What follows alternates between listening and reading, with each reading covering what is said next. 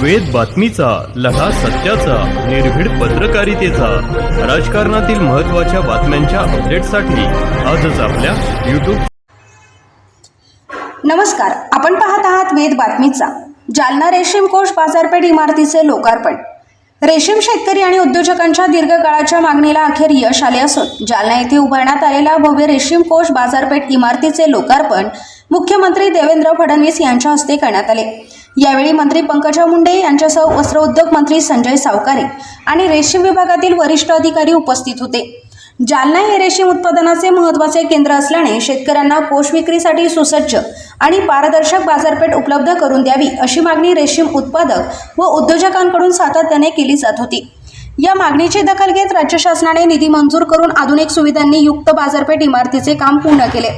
लोकार्पण सोहळ्यात बोलताना मुख्यमंत्री देवेंद्र फडणवीस यांनी रेशीम शेती ही शेतकऱ्यांसाठी शाश्वत उत्पन्नाचा महत्त्वाचा स्रोत असल्याचे सांगितले. नवीन बाजारपेठेमुळे रेशीम कोषाला योग्य दर मिळण्यास मदत होईल, तसेच मध्यस्थांची साखळी कमी होऊन व्यवहार अधिक पारदर्शक होतील असा विश्वास त्यांनी व्यक्त केला. यावेळी अहिल्यानगरातील युवा उद्योजक ॲडव्होकेट विवेक भास्करराव लगड यांनी सर्व रेशीम उद्योजकांच्या वतीने मुख्यमंत्री देवेंद्र फडणवीस, मंत्री पंकजा मुंडे व उपस्थित मंत्र्यांचा विशेष सत्कार केला. या बाजारपेठेमुळे रेशीम उद्योगाला नवी भरारी मिळेल आणि तरुण उद्योजक मोठ्या संख्येने या क्षेत्राकडे वळतील असे त्यांनी सांगितले. जालना येथील ही बाजारपेठ आधुनिक सोयीसुविधांनी सज्ज असून महाराष्ट्रातील रेशीम उत्पादकांसाठी कोष विक्रीचे महत्त्वाचे केंद्र ठरणार आहे. बाजारपेठेमुळे स्थानिक व्यापाराला चालना मिळण्यासोबतच वाहतूक प्रक्रिया आणि व्यवस्थापन क्षेत्रात